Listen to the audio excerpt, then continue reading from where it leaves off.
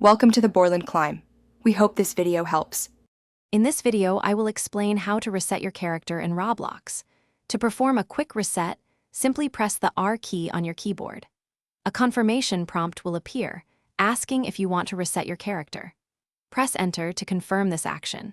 Your character will then instantly respawn at the game's designated spawn point or your last checkpoint, which is super handy for getting unstuck or resolving minor in-game issues in just a few seconds.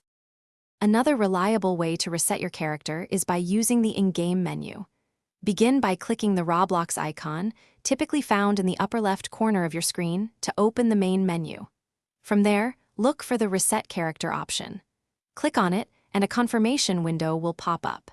Select Reset to confirm, and your character will be teleported back to the starting area. This method is great if you prefer using your mouse, or if the keyboard shortcut isn't working for some reason.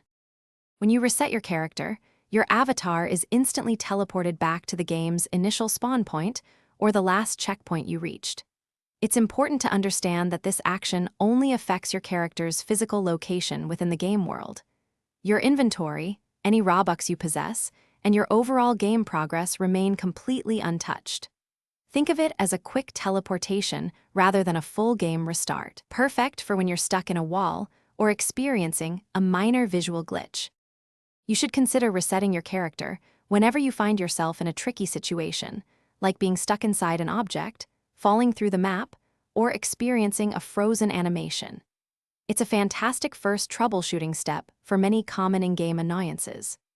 This simple action can save you precious time and frustration, allowing you to quickly get back to enjoying your Roblox experience without losing any of your hard-earned progress or items. It's a safe and easy fix for many minor issues. Thanks for watching. Consider subscribing if we helped you.